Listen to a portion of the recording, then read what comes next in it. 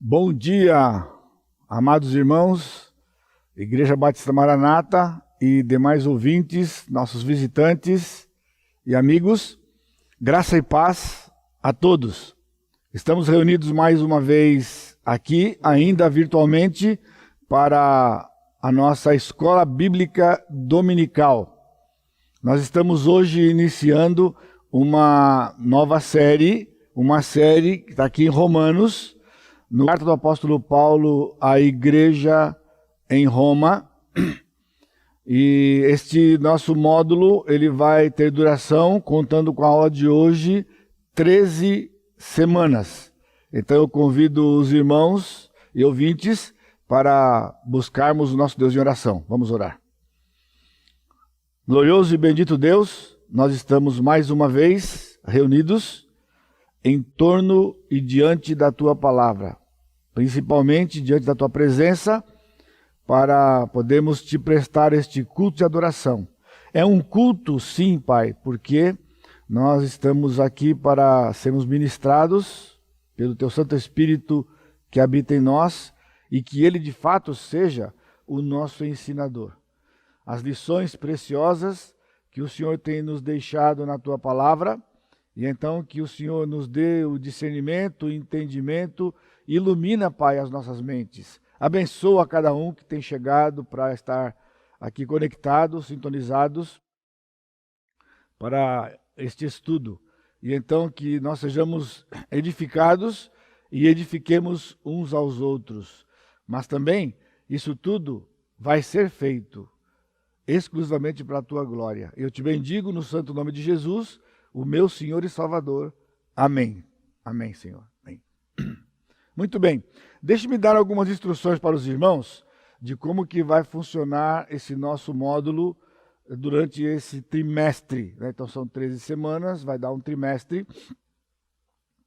Então o desafio é o seguinte: primeiro desafio é que ao longo desse trimestre eu quero desafiar os irmãos a estarem lendo a carta aos Romanos durante a semana.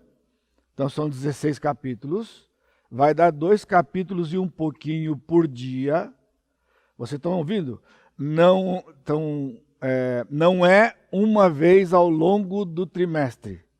Agora, lógico, isso aqui é uma tarefa, e se você não conseguir fazer é compreensível, porém a questão é, você vai perder muito do que nós vamos ter aqui ao longo desse tempo, ok? Então, separe um tempo durante o dia ou ao longo do dia para que você faça uma leitura daquela porção de 2 capítulos e pouco, de forma que ao final de uma semana, quando nós chegarmos aqui no próximo domingo, você vai ter lido a carta toda. Também convém lembrar, são pequenos detalhes, né, para nós não nos perdermos, de que se você começar hoje à tarde a ler esses 2 capítulos, você terminará no sábado. Se você começar a ler amanhã, tendo em vista que nós estamos tendo essa aula agora cedo, você vai chegar aqui no domingo de manhã novamente, quando você sintonizar, sem ter lido os últimos 2 capítulos e meio de Romanos. Não é nenhum problema, mas só para poder alertar, porque eu sei que tem irmãos que gostam ali dos detalhezinhos da tarefa. E então, você começa hoje à tarde e termina no sábado à tarde ou no sábado à noite. Domingo você está pronto para a aula de novo. Ok, meus irmãos, como diz o Galvão Bueno, agora em definitivo, voltando aqui do quilômetro 11, aqui temos uma questão técnica com a energia, né? Tem caído a energia aqui intermitentemente, né? E não era do nosso conhecimento. Mas agora estamos no equipamento e nós voltamos aqui porque alguns irmãos não tinham conseguido se reconectar. Agora creio que todos estão conectados novamente para nós continuarmos. Então, eu dei uma tarefa, estou sugerindo para os irmãos uma tarefa de lerem a carta aos Romanos uma vez por semana. 2 capítulos e pouco por dia. Se você começa hoje e termina sábado, de maneira que você chega aqui no domingo novamente para conectar, já tendo lido a carta toda. Isso vai implicar que você vai ler a carta toda 12 vezes ao longo da nossa série. Isso é importante, como eu disse, devido à profundidade da carta do apóstolo Paulo aos Romanos, e você vai estar entendendo isso à medida que eu vou explanando a razão por que essa forte ênfase na tarefa. Eu também disse que talvez alguns de vocês sejam convertidos de pouco tempo, né, ou de um tempo não muito longo, talvez não tenha lido em toda a sua vida cristã 12 vezes a carta aos Romanos inteira, né? Então, você vai ter essa experiência. E eu falava de Campbell Morgan, que é um pastor do passado, e ele tem uma frase que ele diz o seguinte, que ele não arriscava um palpite sobre qualquer porção da Escritura antes que ele tivesse lido 50 vezes. Se todos nós seguíssemos este modelo, né, muito do que tem escrito, muito daquilo que tem se crido na Escritura, teria caído por terra, né? Porque muitas vezes uma leitura rasa, uma, duas, três vezes, já se aventura a um texto para trazer explicações ou aplicações do texto, e muitas dessas vezes fora de contexto ou que não são pertinentes, né? Então, ler 50 vezes significa que cada vez que você lê, o Espírito fala um detalhe, uma coisa que você não tinha percebido, devido ao fato que a Escritura é inesgotável. Então, vai ser um tempo precioso para nós ao longo desse trimestre. Outra coisa importante é que não se preocupem com o tempo. Eu terei uma meta a cada dia, mas eu não estou preocupado com ela, porque nós temos 3 meses pela frente. E aí eu posso, de onde eu paro, eu vou continuando, né, de maneira de que aquilo que for dado para os irmãos, né, seja bem explicado e relevante. Agora, isso eu quero explicar, não tem a ver necessariamente com o tempo que nós vamos ter, né? Alguns já perguntaram lá 2 semanas atrás, então por que não faz 2 horas por semana? Não é a questão, irmãos. 1 hora por semana é um tempo bom, um tempo que vai dar para sermos edificados aqui. Mas deixe-me começar dando algumas orientações para os irmãos, né? Hoje nós vamos fazer uma introdução e o esboço do livro todo. Eu peço a compreensão que você não desligue, para que você tenha já hoje todo um highlight daquilo que vamos passar durante toda a nossa série, nessas 12 semanas seguintes aqui, ok? O livro de Romanos é muito importante, é o livro mais importante da Bíblia para os crentes da igreja. Obviamente é uma convicção pessoal, mas de muitos, né? Eu não estou sozinho nisto, né? E nem é uma coisa que eu descobri sozinho, na verdade, né? Estudando o livro e lendo outros autores, né? Então isto tem um peso. Alguém possa discordar aqui e acolá, mas eu espero que à medida que nós vamos caminhando, você possa concordar com, né, de que é o livro mais importante de toda a Bíblia para a igreja, porque diz respeito a nós e porque os crentes do Velho Testamento não tinham este livro, obviamente nenhum outro do Novo Testamento, né? Então, quando o Senhor inspirou o apóstolo Paulo a escrever esta carta, ele estava trazendo um livro que seria o livro que ia ligar tudo o que estava escrito até então e tudo aquilo que seria escrito para frente ainda pelos apóstolos até completar o cânon com o livro de Apocalipse. Veja, interessante, não é a primeira e nem das primeiras cartas do apóstolo Paulo no livro de Romanos. Ele já tinha escrito algumas cartas clássicas, né, da sua autoria, e vai escrever muitas outras, né, até escrever 2 Timóteo, que foi a sua última carta, né? Então, quando escreveu Romanos, o Senhor o dirigiu para que ele trouxesse escrito algo que o apóstolo Paulo já tinha no coração desde a sua conversão, e acredito eu que esta visão aprofundada, né, de todo o plano de Deus e do Evangelho que Paulo vai expor aqui, foi lhe dado quando estava na Arábia por 3 anos, recluso, isolado, aprendendo diretamente do Senhor. Assim como o Senhor ficou 3 anos com os 12 apóstolos, o Senhor também ficou 3 anos com o apóstolo Paulo, e Paulo reviu, segundo suas palavras, o Velho Testamento que ele conhecia como fariseu, à luz do Senhor Jesus Cristo. Então, por isso é um livro importante, porque Paulo conhecia muito profundamente o Velho Testamento como um judeu, como um fariseu, mas agora o Senhor o dirige, naquele tempo, para que ele revisse tudo aquilo que ele sabia à luz da pessoa e obra do Senhor Jesus Cristo, e então o resultado é o livro de Romanos e as demais cartas com instruções específicas em cada carta por um propósito. Então, se nós fôssemos fazer um estudo de todas as cartas do apóstolo Paulo, ou mesmo localizar Romanos ali, não é? Cada carta escrita por Paulo ou pelos demais apóstolos tinha um propósito. Eu já disse isso em outras vezes aqui, até recentemente, que se nós não sabemos o propósito de uma carta, nós perdemos 50% do conteúdo.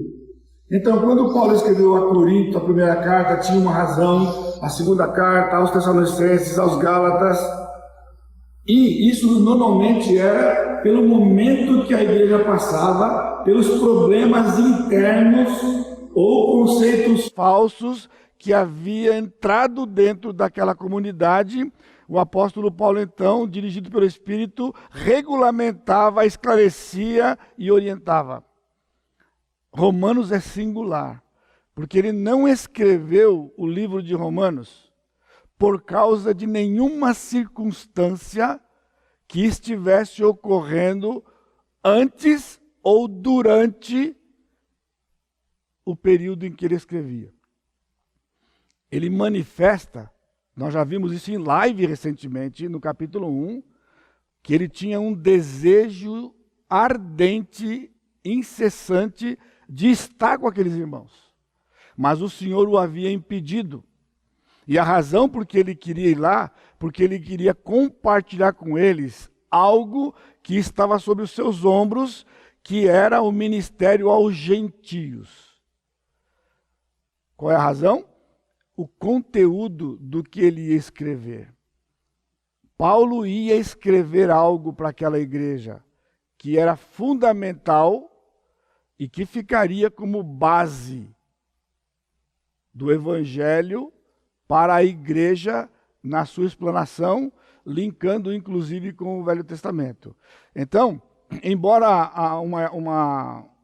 falar sobre o esboço do livro possa ser um tanto maçante aí para você, mas tenha paciência, porque quando nós mergulharmos, né, no texto, nós vamos ser edificados e vai ser mais, talvez, empolgante, se é que eu posso usar essa palavra aqui, né? Para vocês terem uma ideia, o Dr. Martin Lloyd Jones, ele fez uma exposição de Romanos na sua igreja durante 16 anos. E ele chegou até o capítulo 13. Ele escreveu o restante, mas ele morreu antes de pregar. Alguém acrescentou na sua obra. É considerado uma obra inacabada em termos de pregação, porque ele pregava e depois foi sendo compilado. E ele não pregou até o final, porque ele morreu antes de pregar. Eu soube ainda ontem que o Dr. John Piper fez uma exposição da carta aos Romanos na sua comunidade, e ele levou 8 anos e 8 meses para poder fazer isto, não é? Então, eu já mencionei para a igreja um desejo que eu tenho no meu coração de fazer uma exposição longa desse tipo, né? Por isso que eu disse para vocês, né? Mais 1 hora, ou mais 2, 3, ou 1 ano não ia resolver o problema, porque isso seria coisa para 10 anos, 8, 10, 12, 13, que seja, pregando versículo por versículo. São 410 versículos. Se for um versículo por semana, seriam 410 semanas o que equivaleria em números redondos 8 anos. Mas há versículos, como o próprio versículo 1, que dá para se pregar algumas mensagens só naquele versículo, e há muitos outros ao longo da carta, né? Isso eu quero dizer para os irmãos, por quê? Porque o fato de que há uma superficialidade quando se lida com Romanos, né? Por parte da igreja, por parte dos crentes, ou mesmo de nós pastores, né?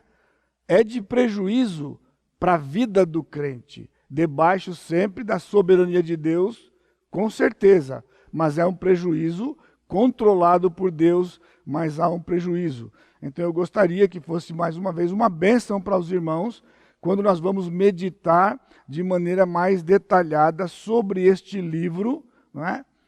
E poder edificar ou corrigir distorções daquilo que você tem crido da sua vida cristã, ou mesmo vivido e desfrutado. Aqui. Esse livro é tão precioso ao longo da história da igreja que Karl Barth, embora ele tenha injetado um veneno na veia da igreja, que veneno é esse?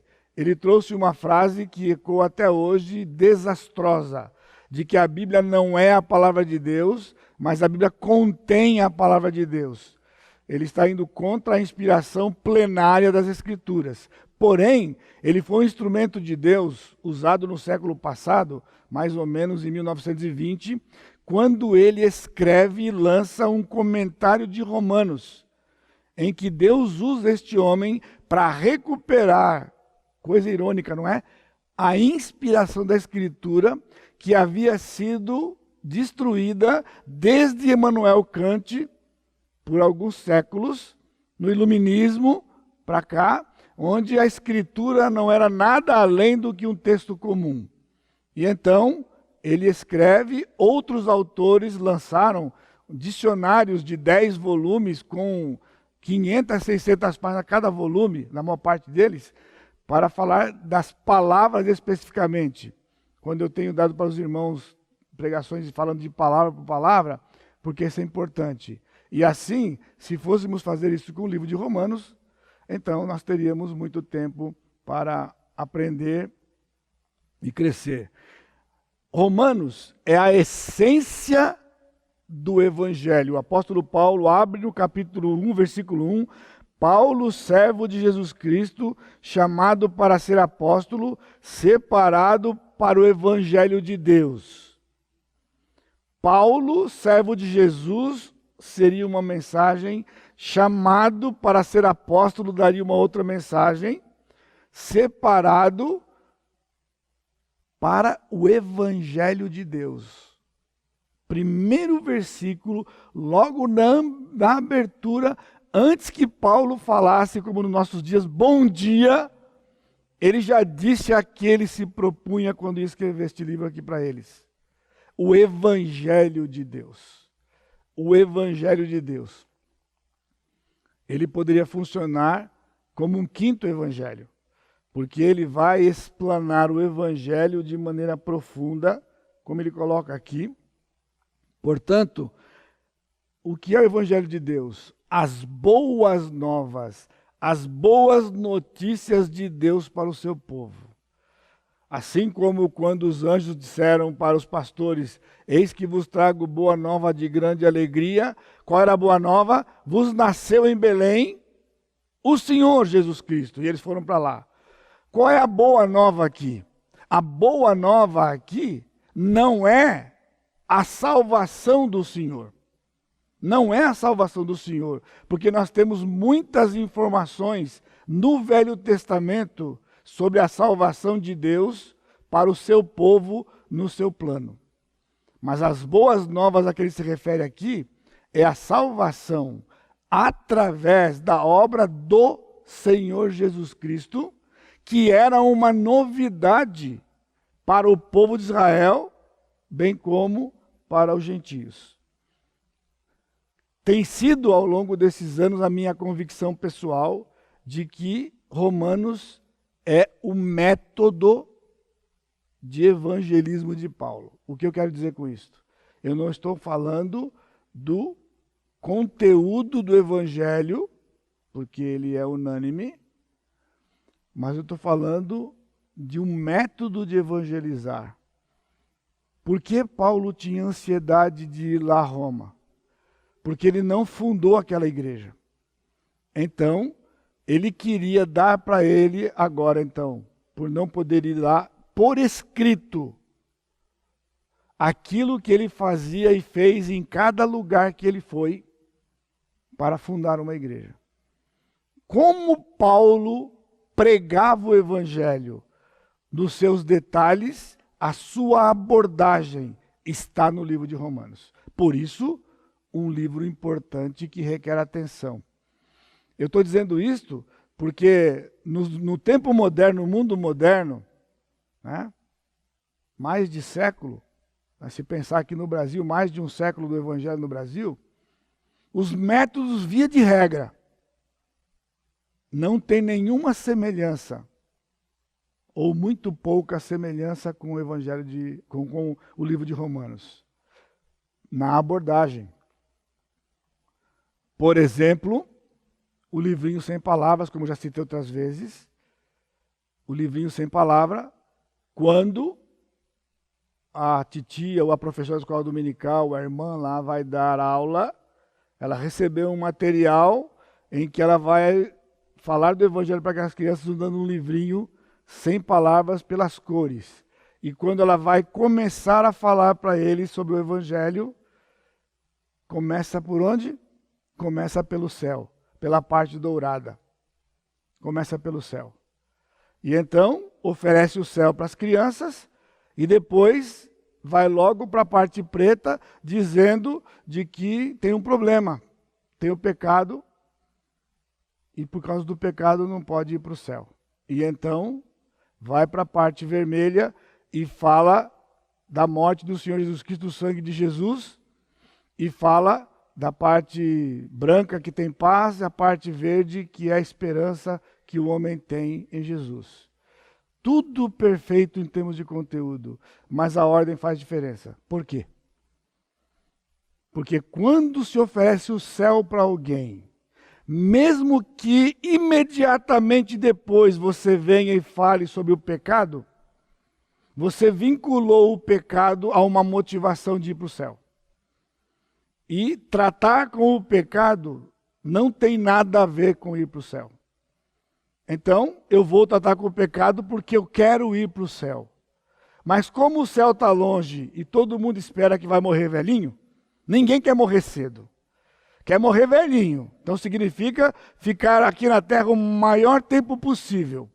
Desfrutar disso aqui. Depois eu vou passar a eternidade no céu. Na verdade, o crente não quer o céu. Gosta aqui da terra. Porque aqui que é bom. Aqui é bom demais. Então, quando você coloca essa motivação, você compromete o conteúdo. Porque você traz uma motivação errada.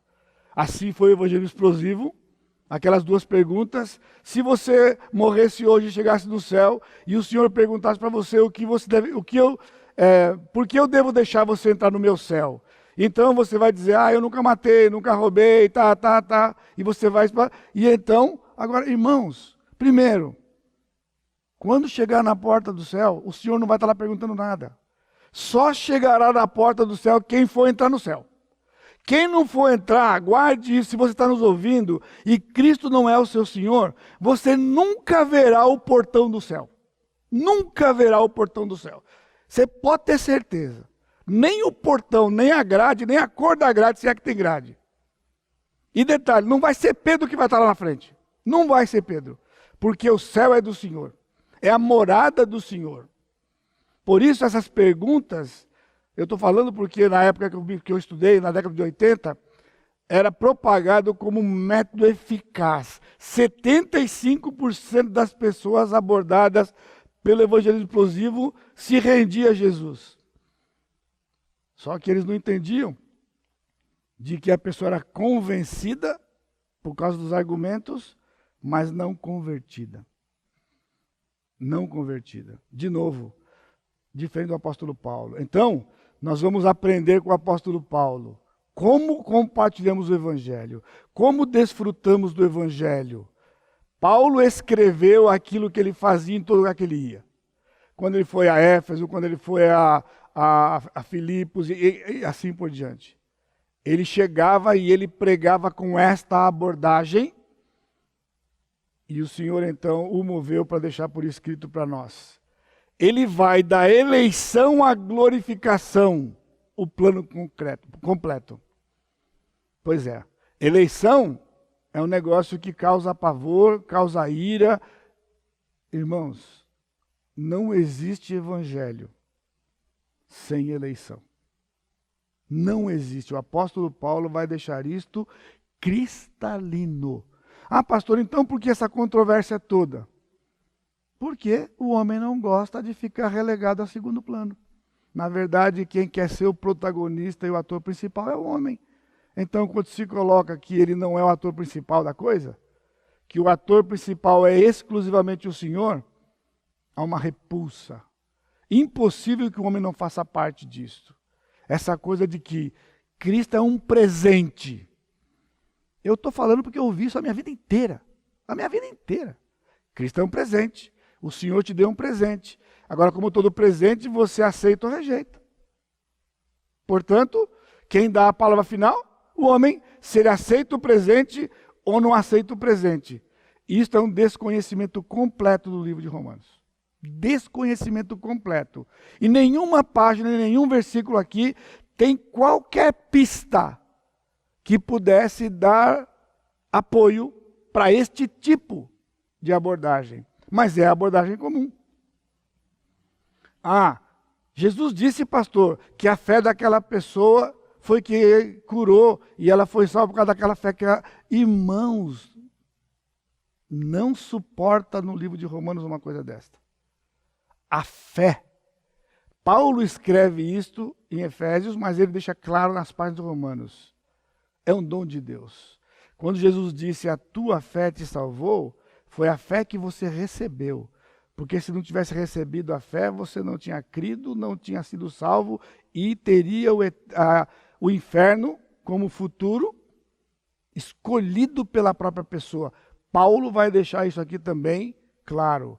E ele vai falar então da eleição até a glorificação, o ponto de partida na eternidade passada, até o completar na glorificação. Então, começando o esboço aqui, eu vou passar para os irmãos, até onde der para ir.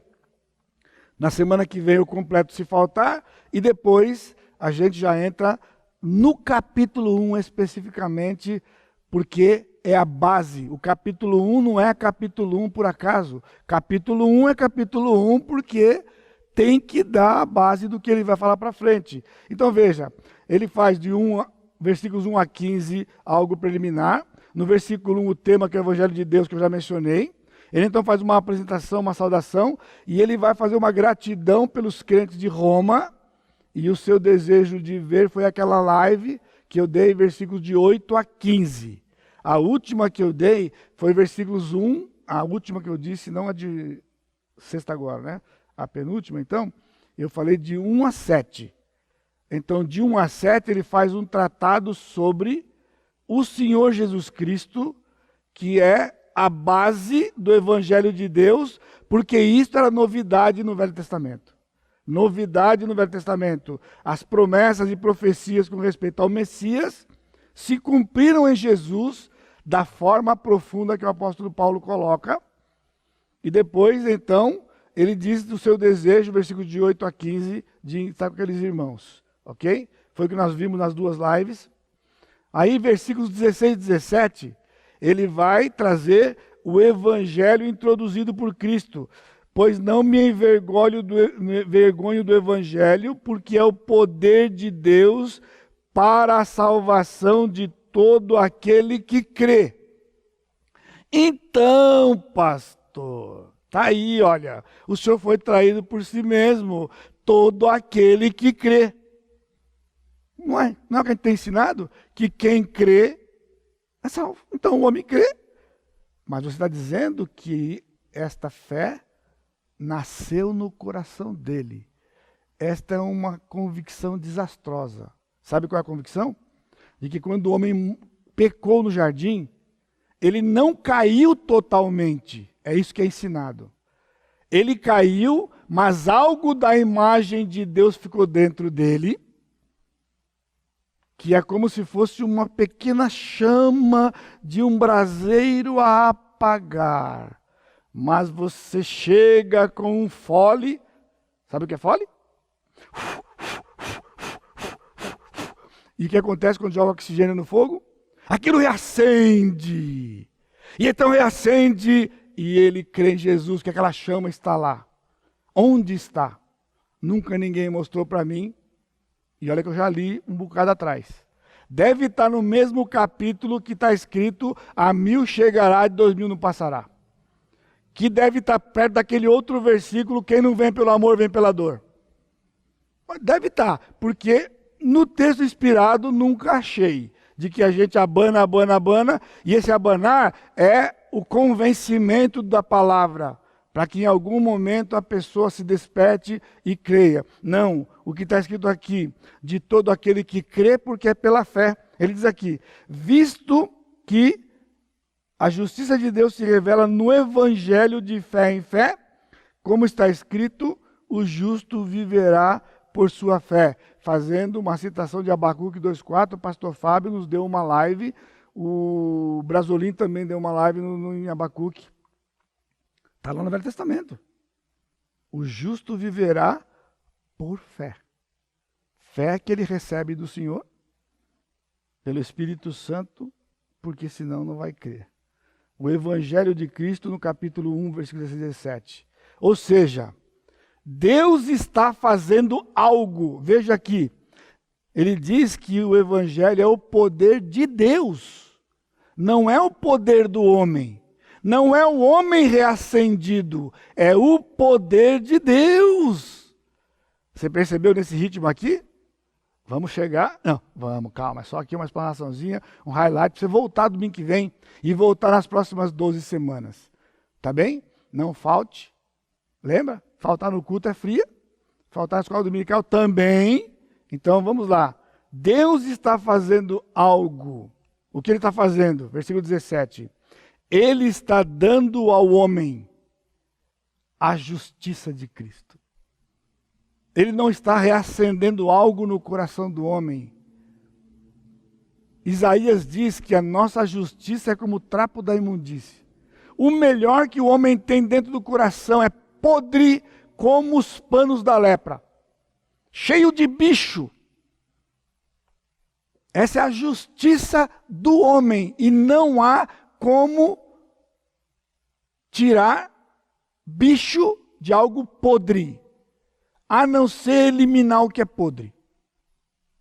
Por isso, o Evangelho do Senhor, o Evangelho de Deus, é Deus dando ao homem a justiça de Cristo. Ele imputou, ele pegou o nosso pecado, a nossa podridão toda, todo aquele trapo da imundície, e colocou sobre Jesus na cruz. E Cristo foi transfigurado, ele envelheceu em minutos, horas, o que ele não tinha envelhecido em 30 e poucos anos. Porque o pecado envelhece. Vários dos salmos dizem isso. E então ele pega a justiça de Cristo, perfeito Cordeiro, sem uma mancha, e coloca sobre o homem soberanamente. Evangelho de Deus, livro de Romanos. Boas novas de Deus. Justiça não em termos do que o homem faz, mas a justiça que Deus dá, que vem de Deus em Cristo. Veja que neste parágrafo, o nome Deus aparece 3 vezes. O homem uma vez só, e no negativo.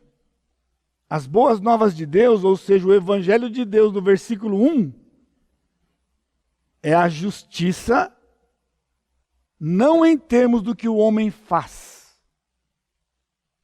mas a justiça de Deus, olha, a justiça que Deus dá, Deus dá a justiça, Deus deu a justiça para você, Deus deu a justiça para mim, e esta justiça não estava em mim, ela vem do próprio Deus, em Cristo, em Cristo. Então ele passa para o capítulo 1, 18 a 32, mostrando que todos os homens necessitam isso. Está ouvindo? Não há um homem na face da terra que tenha isso inerentemente quando nasceu. Depois que Adão caiu, todos os homens que nasceram, nascem e nascerão neste mundo, nasceram, nascem e nascerão mortos espiritualmente. Por isso, precisam da justiça de Deus, justiça que Deus dá, a justiça de Deus em Cristo Jesus, que foi o único justo. O único justo. Ele vai mostrar isso. Primeiro, é a base do método do evangelismo de Paulo. Lembra que eu disse do método dele? Contra outros métodos? Você percebe aqui? Ele não falou do céu até agora. Ele não falou de vida eterna. Ele não falou de salvação. Ele não disse nada.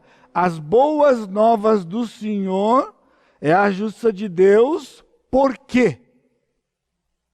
Porque o homem é pecador e perdido.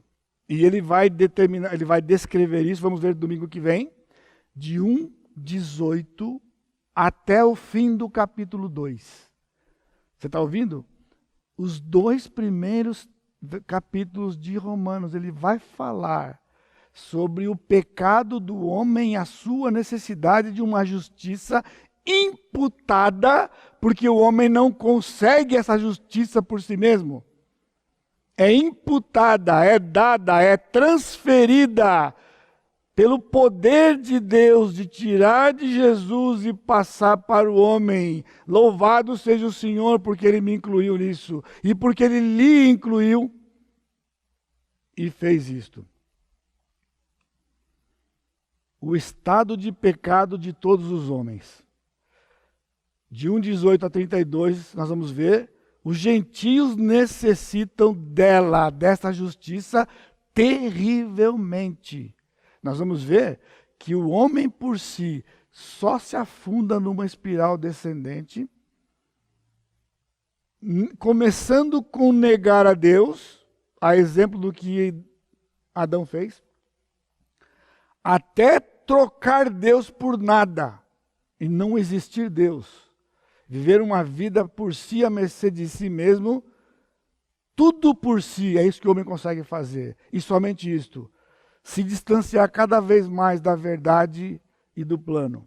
Mas também, no capítulo 2, os judeus necessitam igualmente. Não é só os gentios, porque os judeus tinham um falso conceito de porque eram um povo de Deus e porque tinham a lei, de que eles não precisam. Eu ouvi da boca de um descendente de judeu o que foi ensinado por missionários, infelizmente, em Israel, porque não conhecem, desculpa e não me tenha como arrogante e nem com falta de ética dizer isto de alguém, de que os judeus não precisam de salvação, porque é o povo de Deus.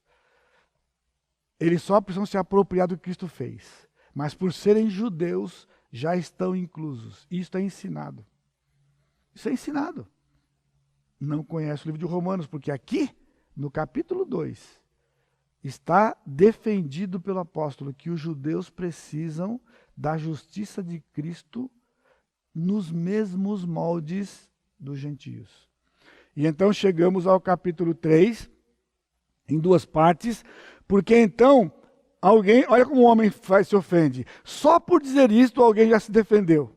Ah, então quer dizer que o judeu é nada, ninguém, né? Então, e aquela diferença toda do Velho Testamento? Então Paulo vai refutar essa objeção levantada e do capítulo 3, de 1 a 20, ele vai nos mostrar a importância e o privilégio dos judeus e o que Deus pretende fazer através deles, versos de 1 a 8, e que Porém, a condição dos judeus é igual a todos os homens. O fato de ser o povo de Deus e ter privilégios que são e continuarão sendo por todo o plano de Deus, exclusivo dos judeus, não anula o fato de quem são e do remédio que precisa. Quando sair a vacina para o coronavírus, irmãos, vai ser aquela vacina, e quem tomar outra vai morrer de coronavírus. Se tiver com o Covid e tomar uma vacina para HN1, vai, morre. Vai. Porque se tiver com o Covid, vai ter que tomar a vacina do Covid. Então ele está mostrando que o judeu, mesmo tendo privilégios, tem uma doença. E esta doença só se cura com a vacina, que é a justiça de Cristo imputada sobre o homem por Deus mesmo. E então, versículos de 21 a 31, ele faz uma poderosa e magnificente declaração da doutrina. Qual é? A justificação unicamente pela fé. É um texto muito emocionante no finalzinho do capítulo 3, quando ele diz no versículo 26, tendo em vista a manifestação da sua justiça, Deus manifestou a sua justiça, que era a justiça de Cristo, no tempo presente, porque Cristo já tinha morrido e ressuscitado, para... Qual foi a finalidade de Deus fazer isto? Que Ele mesmo, Deus, seja ser justo e justificador. Essa ideia que no fim de tudo vai dar certo, porque Deus é amor e todo mundo vai ser salvo, não vem de Romanos. Desconhece Romanos. Por quê? Desconhece Romanos porque Deus é santo e justo. E há uma pena de morte sobre cada ser que nasce neste mundo. E ele não pode fechar os olhos e aceitar isto. Porque se ele só justificasse, não seria justo. E se ele fosse só justo, mataria todo mundo. Exterminaria todo mundo. Mas somente Deus, na sua infinita graça, misericórdia e amor, podia ter um plano em que ele fosse ao mesmo tempo essas duas coisas que são e eram opostas. Ser justo, não ser manchado a sua santidade, nem a sua justiça, que requeria morte, e justificador, porque o seu filho morreu. Não há substituto, irmãos. Não há. Qualquer outro evangelho, o apóstolo Paulo disse no livro de Gálatas, que nós vamos ver no capítulo 7, a correspondência, seja anátema. Seja maldição. É a palavra anátema. E é o que tem mais sido feito, é um evangelho que não está na Bíblia. Um evangelho de parceria. Está na onda, não está? Não existe parceria. O evangelho não é parceria de Deus com o homem. O evangelho é Deus, Deus, Deus, Deus, Deus. E o homem só recebe o benefício. Se o homem puser a mão, estraga. Se ficar 1/1000º de 1 milímetro, para o homem, não vai acontecer. Porque o homem não fará. Agora, essa justificação excluída pela fé era um conceito tanto do velho quanto do novo. Vimos agora há pouco que Paulo, no capítulo 1, já citou Abacuque 2. Abacuque 2 era a vida no Velho Testamento. Ele não está falando nenhuma novidade aqui.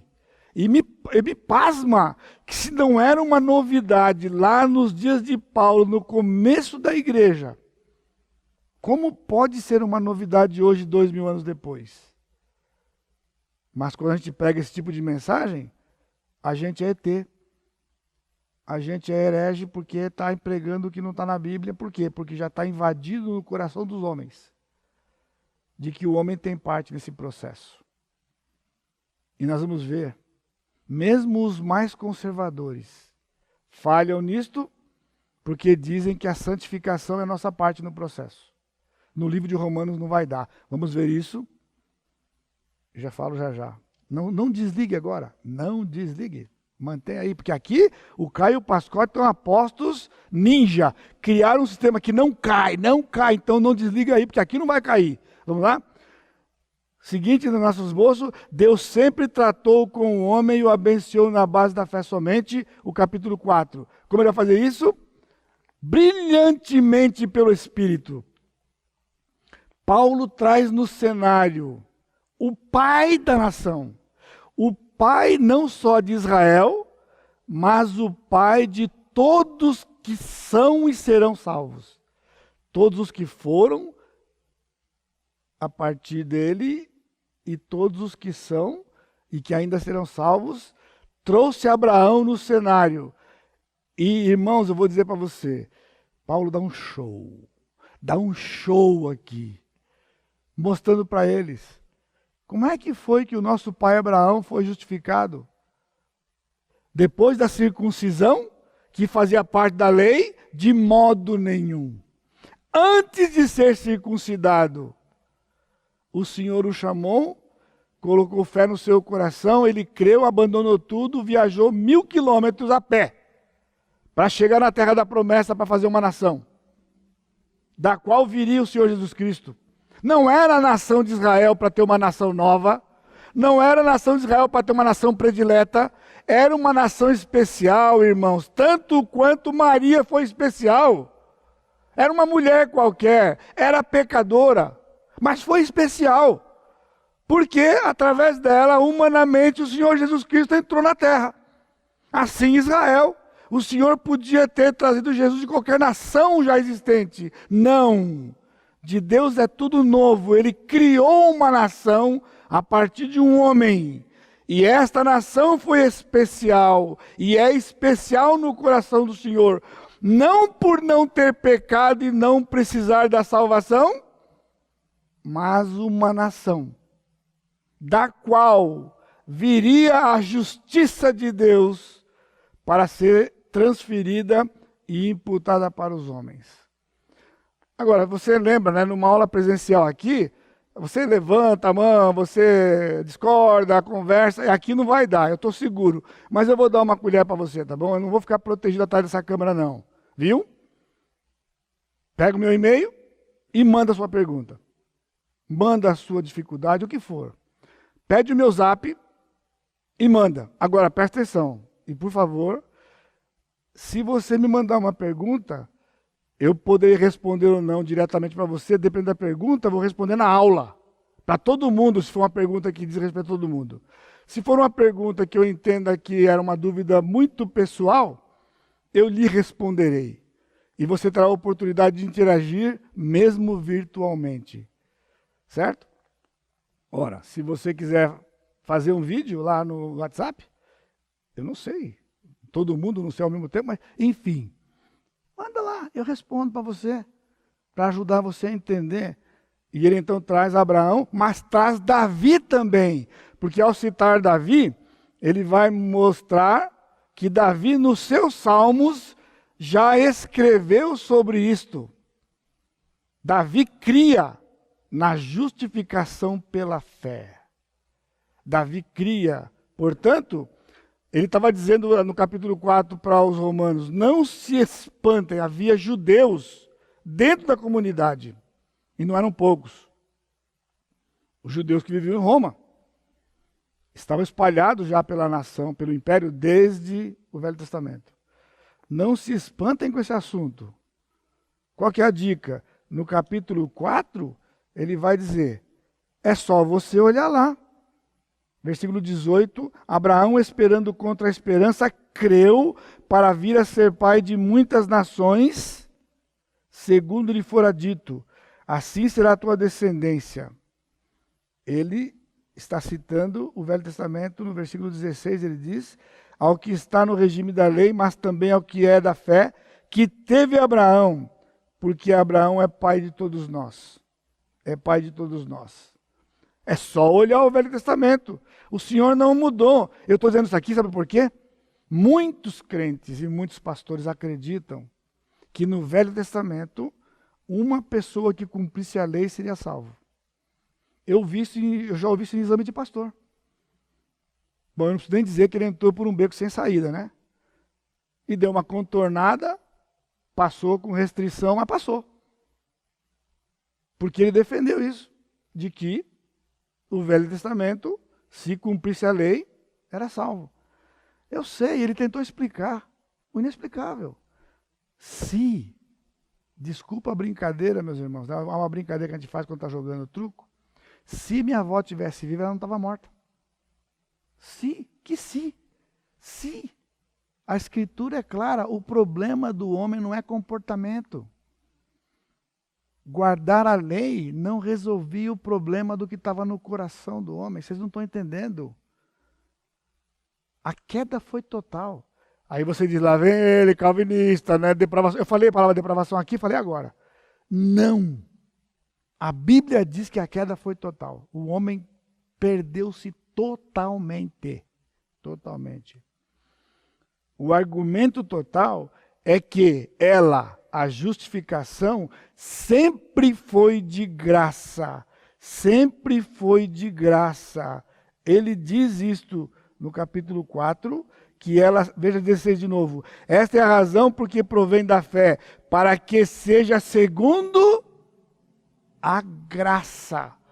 E aí vem o dispensacionalista e diz que o Velho Testamento era a época da lei, e que era salvo pela lei, e o Novo Testamento é salvo pela graça.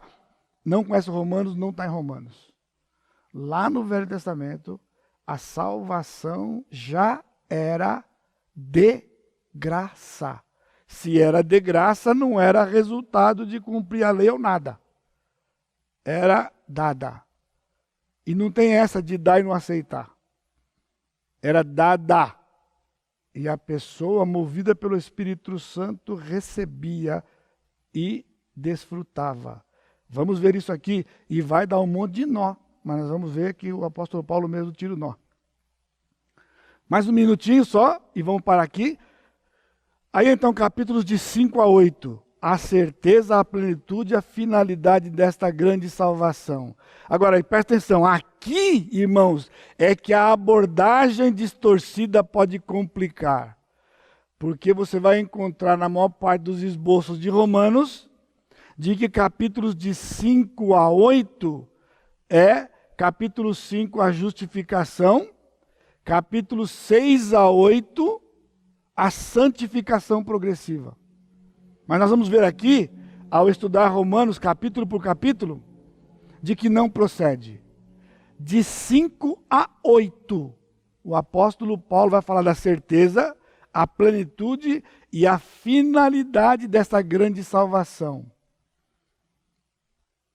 Segurança da salvação nos dá o quadro da total e absoluta segurança do homem crente. Nota, essa porção não é do 6 a 8 subtema da grande salvação. Ou seja, não é o capítulo 5 que fala sobre a justificação e 6 a 8 a santificação decorrente. Não.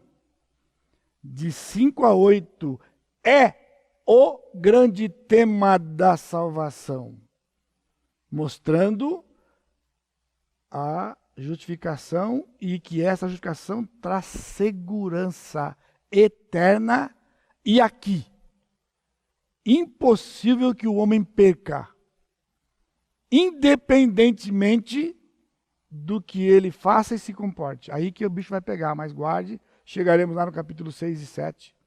Então o tema é segurança, certeza, a total e absoluta certeza da salvação do crente. Aí então no capítulo 6, uma objeção. Continuamos no pecado para que a graça seja abundante? Ele diz, é certo que não, nós vamos ver. E ele vai então dar os argumentos do que significa a salvação lá. Fomos crucificados, não estamos mais em Adão.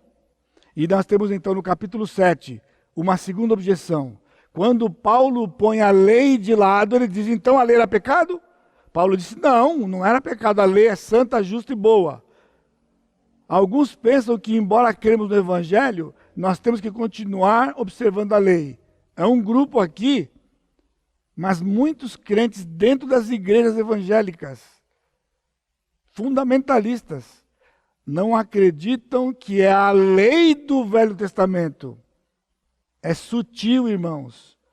Mas quando se coloca a santificação progressiva como um requisito, é um substituto da lei. E está dentro da igreja. Aqui, inclusive. Neste capítulo, Paulo vai lidar com o assunto da segurança em relação à lei.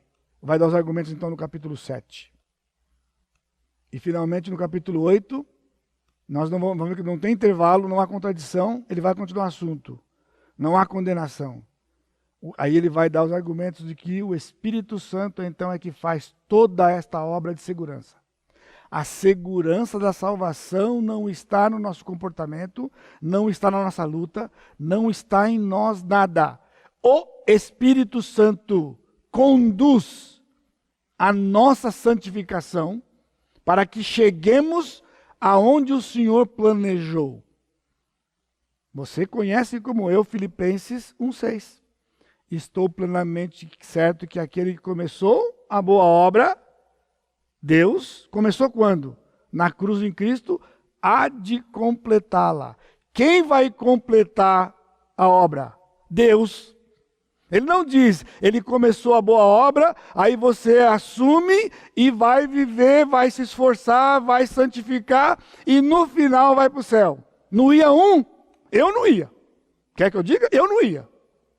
Louvado seja o Senhor, porque é mentira. Porque se fosse verdade, eu não ia.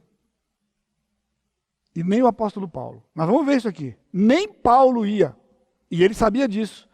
Por isso ele escreveu o que estava no seu coração. Porque ele sabia que era o único jeito de um ser humano ir para o céu. Se o Senhor fizesse tudo e o homem não fizesse nada.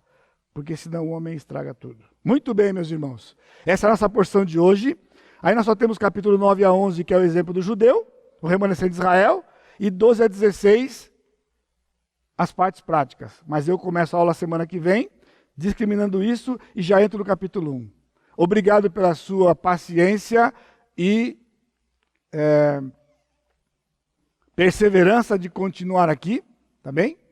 Deus abençoe o nosso dia e que ele seja glorificado por aquilo que você já ouviu hoje, desta tão grande salvação que ele nos deu. Ó Pai, louvado seja o teu nome.